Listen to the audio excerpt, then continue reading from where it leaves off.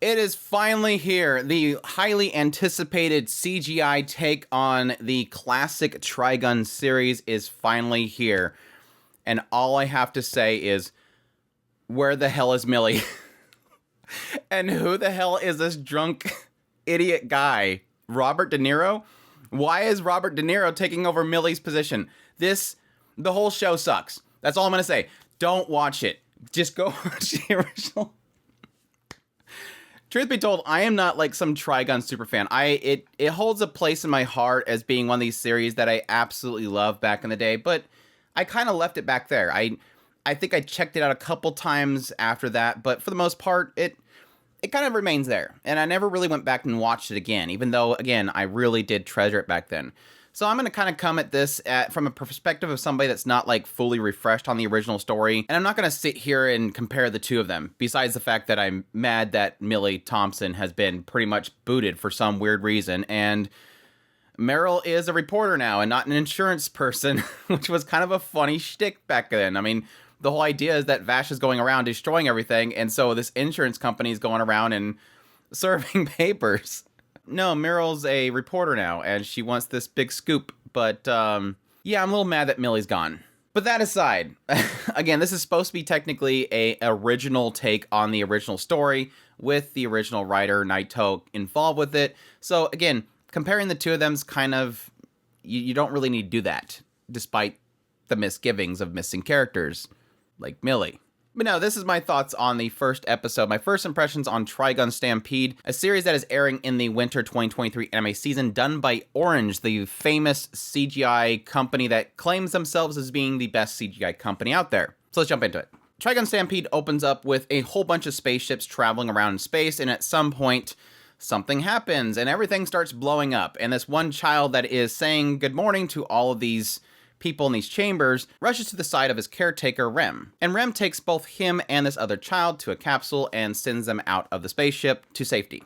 Wow. The entire spaceship blows up. We then cut to a planet No Man's Land, which is this planet that is pretty much dog-eat-dog world. It is just covered with deserts, and we follow a girl named Meryl Strife who is just fresh out of college. And she is looking to become the greatest reporter and get her position at the news table. And she's joined by a deadbeat reporter, Roberto De Niro. And you get this little back and forth with her talking about her grand plans of getting that big scoop so she can become popular, while at the same time, Roberto is just kind of like, oh yeah, whatever, swig swig. But over the radio, we hear the government is issuing a bounty on this one individual. They call him the Humanoid Typhoon, an individual charged with murdering many people and destroying many of these plants. And we find out these plants are very important to each civilization because it provides the people with everything they need, even though they're on this planet that's covered with desert. So they're kind of important. So the bounty's really huge, 6 million. And apparently, according to Roberto, this humanoid typhoon is called that because everywhere he goes, he causes mass destruction. Well, just so happens, Roberto and Meryl end up coming across this individual being hung up, and yes, Roberto kind of assumes that it was a local gang that tied him up there. And yes, it so happens to be Vash, the humanoid typhoon. Well, despite some military people showing up, Meryl takes the opportunity to kind of misdirect them because she wants to get her interview from him first before she turns him in for the money. So, double win. And so she drags him all the way to this nearby town, where we end up finding out this town really, really loves Vash. He saved their lives.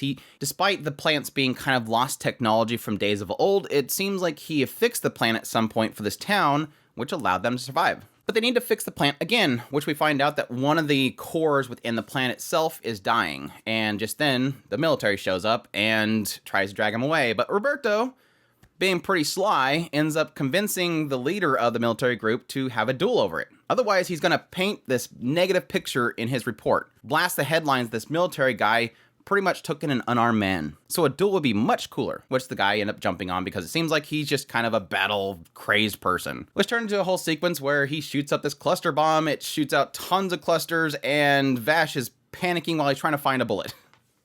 Which he gets one bullet, and manages to resolve this situation with that single bullet. And it kind of wraps up the episode, kind of hinting at the deeper story of Vash. Roberto kind of points out the fact that Vash did not fear the military guys, but there's something that he does fear, to which Vash admits, yes, I have a brother. Do you know the name Millions Knives? And at this point, it kind of indicates the fact that this brother, who was the person that escaped the spaceship with, It's kind of crazy, and that he did cause the explosion of those spaceships, and he only seeks to save the plant ship. Again, I don't want to speculate too much here. I mean, for those that have watched the original series or read the manga, you probably already know what they're kind of insinuating here, but I know there's going to be a lot of people that are fresh into the series, and again, like I said before, me being very hazy on that old story, it's probably a good thing. So I don't want to get too much into Vash's past. But I do want to get into my thoughts on Trigun Stampede, Orange's take on Trigun. I enjoyed it a lot more than I thought I would. Now, I will preface this by saying a lot of my struggle for this series is going to be in Matsuoka. I have grown very tired of his voice, and so to hear him as Vash, it bugs me. I don't know, it's the Kirito effect. He's been around for so long, and at this point, I'm just kind of getting sick of his voice. But I will admit that he's doing a pretty solid job. Matsuoka, admittedly, is a very talented seiyuu, and I think the thing that kind of helps him, and I think works perfectly for Vash himself, is that he typically is really good at a range of voices and emotion. Matsuoka is good at both doing serious tone and doing goofy tone, even though I hate his goofy tone. And with a character like Vash, that's going to be very important because, for those that know Vash, he's got a stone face and he's got his goofy nature. He will often light switch back and forth, and that's Vash. He is a character of split personalities in a sense. And yes, despite my issues with this random appearance of Roberto and his replacement of Millie, which I think was a fantastic character, I think he's going to play very well with Meryl herself. Technically, from my memory, Meryl was always kind of the stone-faced character that was always about getting the job done. But now they're kind of shifting her into the realm of being a character that is up and coming, but very naive. And I think she's doing that very well so far. They've given her a very quirky and cute personality. Now, how that's going to play out going forward is going to be the big question mark. But I will say that Orange is really nailing her emoting. If I can give Orange anything, I think they're really pulling off facial expressions in CGI and really capturing that anime style within this character. Now, I will admit, I think Orange kind of goes a little bit too far with the animations, like making them move way too much, to the point where it's like this person just has they got the jitters or something because they're just having to overly animate everything. And I think that's kind of a side effect of Western CGI animation. Western CGI animation, they love having characters constantly moving and overly emoting every single facial expression and tilt and turn.